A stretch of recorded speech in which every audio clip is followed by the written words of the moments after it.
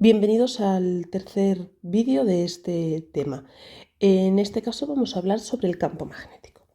Para ello lo primero que tenemos que hacer es tener muy claro qué es un campo. Y un campo es una región del espacio donde existen perturbaciones. Y estas perturbaciones van a estar ocasionadas por distintas propiedades de los cuerpos. Por ejemplo, existe un campo gravitatorio por el hecho de que un cuerpo tenga masa. Existe un campo magnético porque una carga se está moviendo.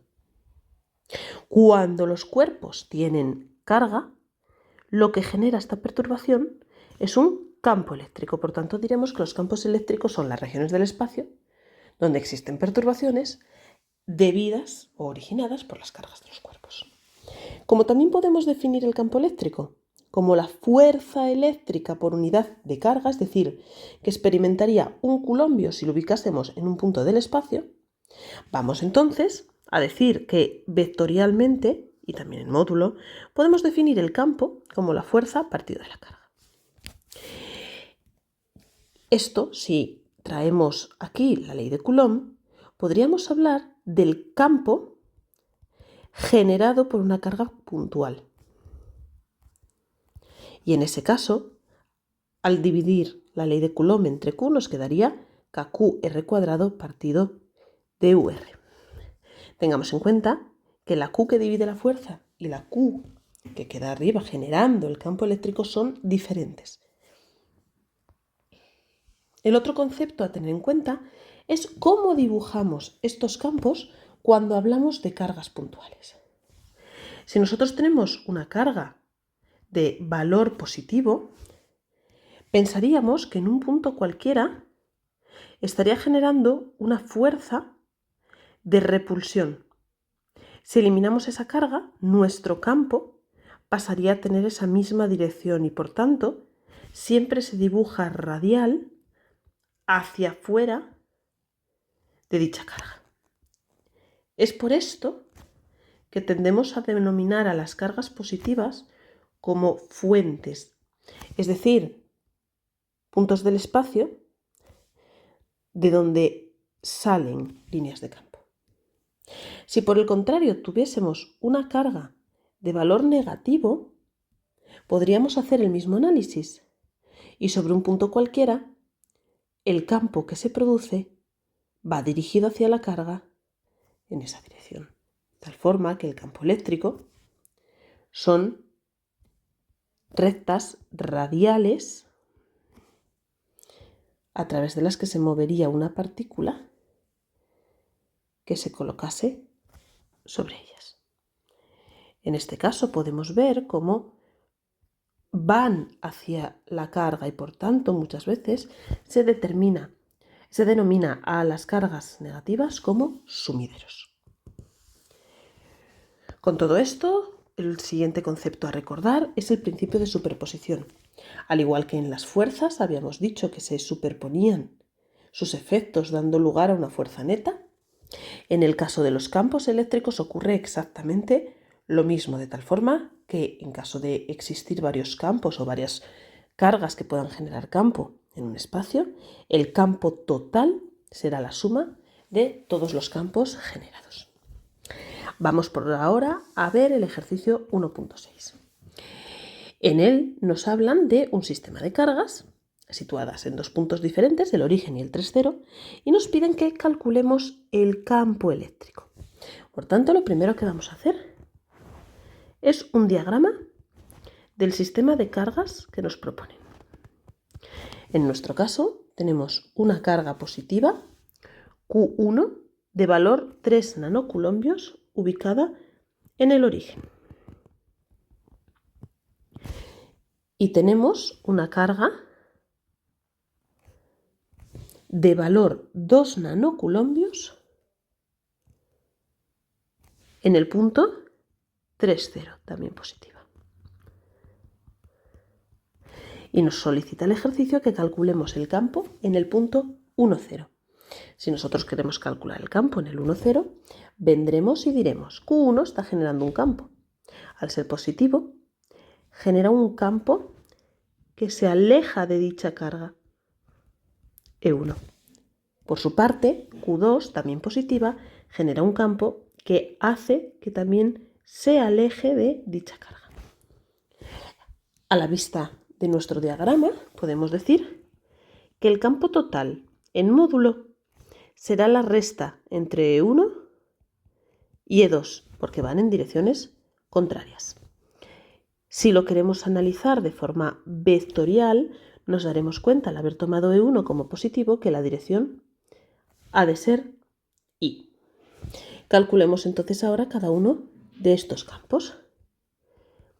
E1 será el campo producido por la carga puntual Q1, de tal forma que 8,988 por 10 elevado a 9, una carga de 3 nanoculombios y a una distancia de 1 al cuadrado. Me queda aproximadamente 27 newtons partido de Coulomb. Por su parte, E2 es K, Q2, R2 al cuadrado. Así que la constante multiplicada por el valor de la carga, 2 nanoculombios, a una distancia de 2 al cuadrado. Da 4,45 newtons partido de Coulomb. Si ahora nos llevamos estos dos valores, 27 menos 4,49 y nos da un campo total de 22,51 y newtons partido de Coulomb. Vamos a ver el segundo apartado. En el segundo apartado nos vuelven a pedir que calculemos el campo eléctrico, pero en este caso que lo hagamos en el punto 4,0. El punto 4,0 quedaría ubicado aquí. Si analizamos los campos, el Q1 repulsivo va hacia la derecha, la Q2 produce un campo también repulsivo y también hacia la derecha en este caso. Por tanto, el campo total, si lo analizamos en módulo, será la suma de ambos. Si queremos convertirlo a vector, deberemos indicar que va dirigido en Y. Calculemos ahora cada uno de los campos. Recordemos que no podemos utilizar los anteriores, ya que han cambiado las distancias a las que están las cargas del punto donde lo estamos calculando. Por lo tanto, la constante por una carga de 3 nanoculombios y a una distancia de 4. Da un valor de 1,69 newtons partido de Coulomb. Por su parte, E2 es KQ2 R2 al cuadrado. 0,988 por 10 a la 9, un valor de 2 nanoculombios a una distancia de 1. Para dar 17,98 newtons partido de Coulomb. La suma, por tanto, 1,69 más 17,98 en Y son 19,67 y newtons partido de Coulomb. Por lo tanto, nos damos cuenta de que tan solo cambian cómo se superponen estos campos. Ambos se suman, se restan entre ellos, etc. Vamos al tercer caso. En el tercer caso nos pide que calculemos sobre el mismo sistema qué ocurre en el punto 0,3. Al pedirnos que calculemos el punto 0,3, nos damos cuenta de que hemos cambiado de eje. En este caso, la carga Q1 sigue produciendo un campo al ser positiva que lo repele, pero en este caso queda dirigido en dirección positiva del eje Y. Por su parte, Q2 producirá un campo en la línea que los une. Ya no está directamente sobre un eje y al ser positiva, también será dicho campo de repulsión. No ha quedado el dibujo a escala, ya que al ser una carga Q2 más pequeña que Q3 y además más alejada, debería ser más pequeña la flecha. Vamos a mejorar este dibujo. Muy bien. E2, por tanto, se podrá, al no tenerlo directamente sobre los ejes, descomponer en E2Y y E2X, para lo cual necesitaremos definir el ángulo, en nuestro caso, el que tenemos aquí. Vamos a calcular, entonces, quién es el campo total. El campo total, en este caso, no podemos hacerlo directamente como módulo, ya que tenemos componentes en dos ejes. Así que diremos que tenemos menos E2x en Y, o dicho de otra forma, la componente X del campo 2 dirigido en menos Y, más el campo 1, más la componente del campo 2 en Y, dirigidos hacia J. Calculemos entonces el valor de cada uno de estos campos. E1 es K, Q1 a una distancia al cuadrado. 8,988 por 10 a la 9, 3 nanocoulombios a una distancia de 3 al cuadrado. Esto es prácticamente 3 newtons por partido de coulombio. Por su parte, E2 es K, Q2 R2 cuadrado. 8,988 por 10 a la 9, 2 nanocoulombios a una distancia desconocida. Calculemos esta distancia. Esta distancia veo que es la hipotenusa de un triángulo rectángulo y por tanto podemos calcularla por Pitágoras, donde cada uno de sus catetos vale 3. Nos queda raíz de 18 metros. Así que raíz de 18 al cuadrado me da un valor de 0,9987 que podemos prácticamente redondear por un newton partido coulombio. Así que nos queda ahora determinar este campo E2 con sus componentes EX y EY. En el caso de la X nos damos cuenta que es la componente contigua, por lo tanto utilizamos el coseno de alfa. E2 por el coseno de alfa. E2 vale un newton partido coulombio y el coseno de alfa vale 3 partido de raíz de 18. Es decir, esta componente nos da un valor de 0,71 newtons partido coulombio. Por su parte, la componente Y es E2 por el seno de alfa. En este caso, el cateto opuesto es también igual al contiguo y vale también 0,71 newtons partido coulombio. Llevándonos esto al cálculo del campo total, nos quedará menos 0,71 en Y más 3,71 en J newtons partido coulombio. Hemos calculado un campo que no está directamente sobre los ejes, con descomposición de sus componentes. Avancemos y veamos otro ejercicio muy habitual en el caso del campo eléctrico, que es aquellos ejercicios en los que me piden que encuentre el punto donde se anula dicho campo eléctrico. Para ello nos plantean un sistema de cargas, de dos cargas, que están colocadas en el origen y en la posición 2, 0. Dichas cargas valen respectivamente 5 nanocoulombios y en el punto 2, 0 otra carga positiva de valor 10 nanocoulombios. Como no sabemos dónde se anula el campo, debemos darnos cuenta que existen 3 posibles regiones.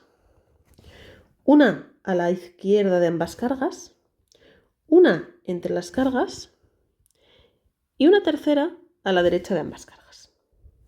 Analicemos los campos en cada una de estas zonas. Si yo me vengo a un punto a la izquierda de ambas, el campo generado por Q1, E1, será repulsivo y por tanto hacia la izquierda.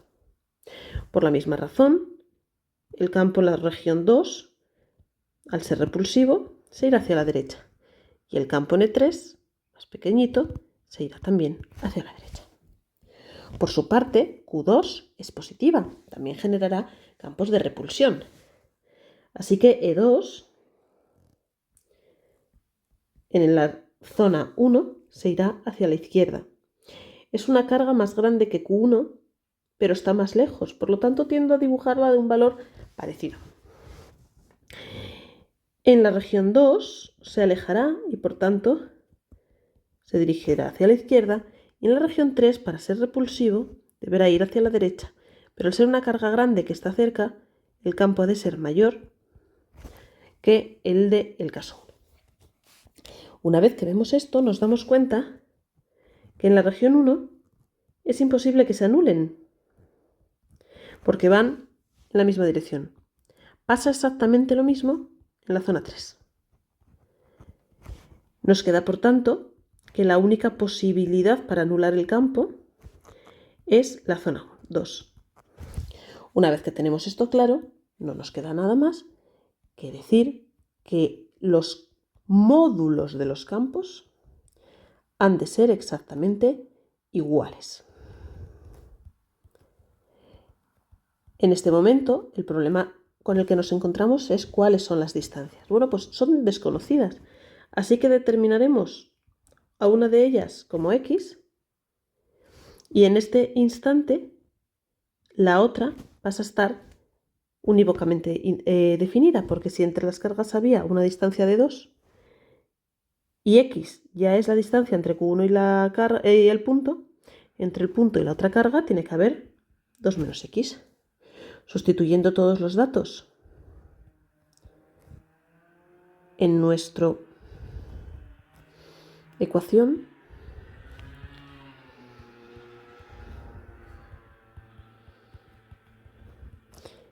nos damos cuenta que 2 menos x al cuadrado es 2x cuadrado. Hacemos la raíz a ambos lados. Recordad que no conviene que desarrollemos los binomios del cuadrado, pudiendo evitarlos con una raíz. 2 menos x es 1,41x. Así que 2 es 2,41x. Y me queda la x definida por un valor de 0,83 metros, es decir, a una distancia de 0,83 metros de la carga Q1 y por tanto a una distancia de 1,17 de Q2, el campo eléctrico se anulará. Una vez visto este ejercicio, nos planteamos cómo podemos continuar. Y lo que nos encontramos es que quizás no siempre vaya a haber dos cargas positivas. Puede haber una situación en la que las cargas que queramos que anulen el campo vayan a ser de distinto signo. El procedimiento será el mismo. Plantearemos nuestro sistema en el que nos dicen que tenemos una carga positiva de 5 nanocoulombios en el origen. Por tanto, una carga positiva de 5 nanocoulombios y una carga negativa de menos 10 nanocoulombios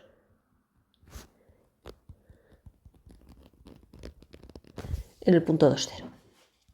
Pasamos a darnos cuenta de nuevo que hay tres posibles zonas. 1, 2 entre ellas y 3 a la derecha de ambas. Analicemos cada una de las componentes. A la izquierda, exactamente igual que en el ejercicio anterior, E1 va hacia la izquierda, entre ellas E1 va hacia la derecha y en la zona 3 E1 va hacia la derecha. Por su parte, Q2 es negativa, así que producirá campos atractivos. En este caso, el campo irá hacia la derecha, en la zona intermedia el campo irá hacia la derecha y en la tercera zona el campo tendrá que venir hacia la izquierda. Es por tanto muy inmediato ver que no se pueden anular en la región 2, es decir, entre ellas, por ir dirigidas en la misma dirección. Ahora bien, en la región 1 y en la 3, ¿en cuál se puede anular? Bueno, si hubiésemos dibujado a escala estos campos, nos daríamos cuenta que la carga Q2 es grande en valor absoluto, está cerca de la región 3 y por tanto el campo E2 es mucho mayor que E1. No se anula porque en valor absoluto E2 es mayor que E1. Así que nos queda que solamente se puede anular en la región 1. En ese momento vamos a plantear el ejercicio. E1 y E2 han de ser iguales en módulo. Así que KQ1R1 al cuadrado ha de ser igual a KQ2R2 al cuadrado. Cas con cas. De nuevo el problema de las distancias. Si volvemos a tomar X como la distancia desde el punto hasta Q1 y sabiendo que de Q1 a Q2 hay otros 2, de Q2 al punto habrá 2 más X. Así que 5 nanocoulombios partido de X al cuadrado ha de ser lo mismo que 10 nanocoulombios. No tenemos en cuenta el signo, estamos analizando módulos, porque ya los hemos analizado en el diagrama. Nanocoulombios con nanocoulombios y nos queda que 2 más X al cuadrado es 2X cuadrado. De nuevo haciendo la raíz, 2 más X es 1,41X, 2 es 0,41X y por tanto la X nos queda con un valor de 4,88 metros. A 4,88 metros de distancia de la carga 1 se anulará el campo.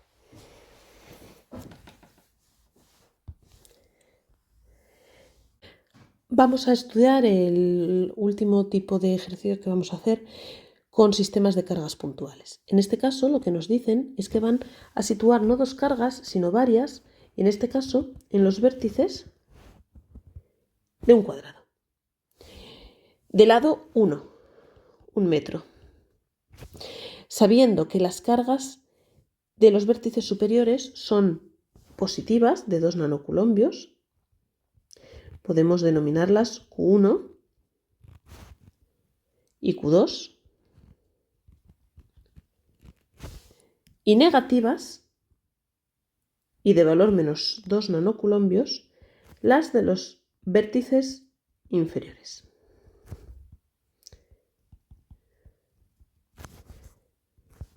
En este caso, podríamos analizar el campo que tenemos de dos formas, de manera vectorial o de manera gráfica.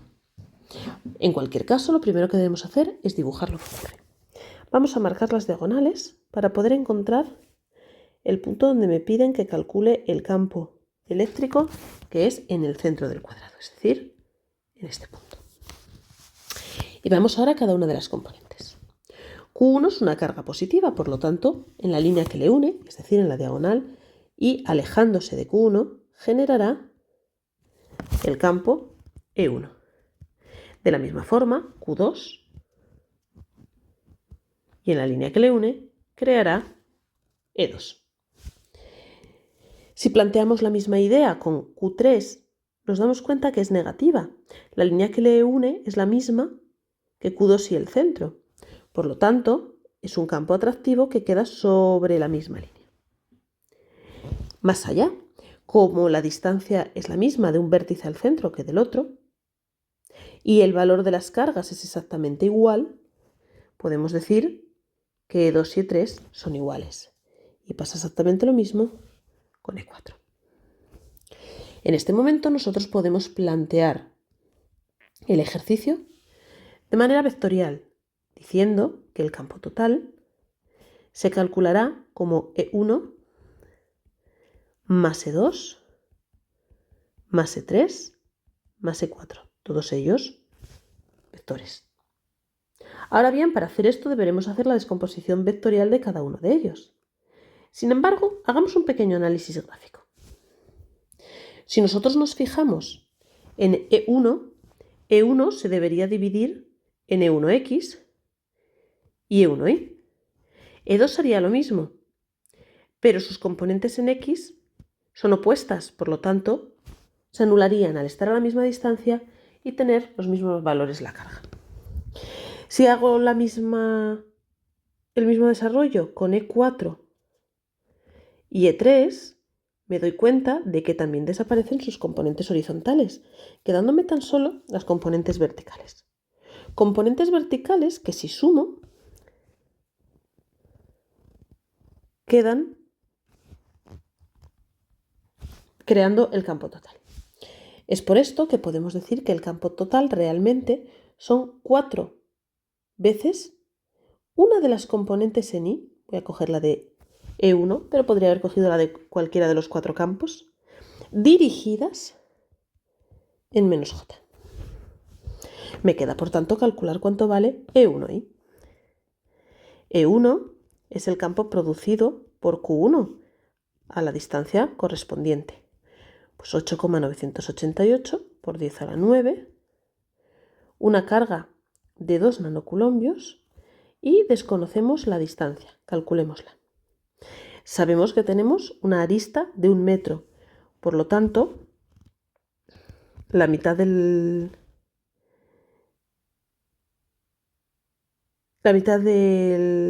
lado serán 0,5. Calculando R1 como la hipotenusa de un triángulo rectángulo con 2 lados de 0,5, obtenemos que el valor de esta distancia es 0,71.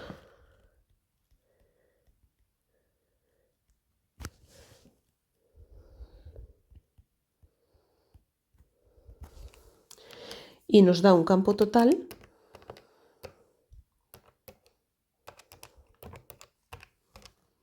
de 35,7 newtons partido de Coulomb. Ahora calcularemos la componente en I. Este es E1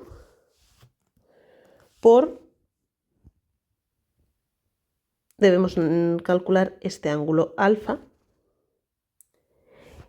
Ese ángulo alfa lo podemos sacar y entonces será E1 por el seno de dicho ángulo. E1 es 35,7 y el seno de ese ángulo son 0,5 partido, el cateto opuesto, partido de la hipotenusa, 0,71. De tal forma que nuestro valor es 25,1 newton partido de Coulomb. Si me lo llevo arriba, mi campo total serán menos 100,4 J newtons partido de Coulomb.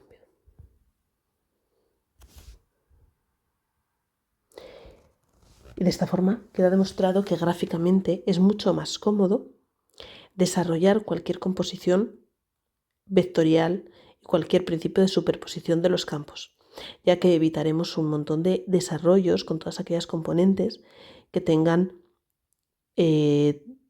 propiedades en común, características comunes. Puede ser sentidos opuestos, puede ser mismos módulos. De esta forma simplificaremos los cálculos. Nos vemos en el próximo vídeo.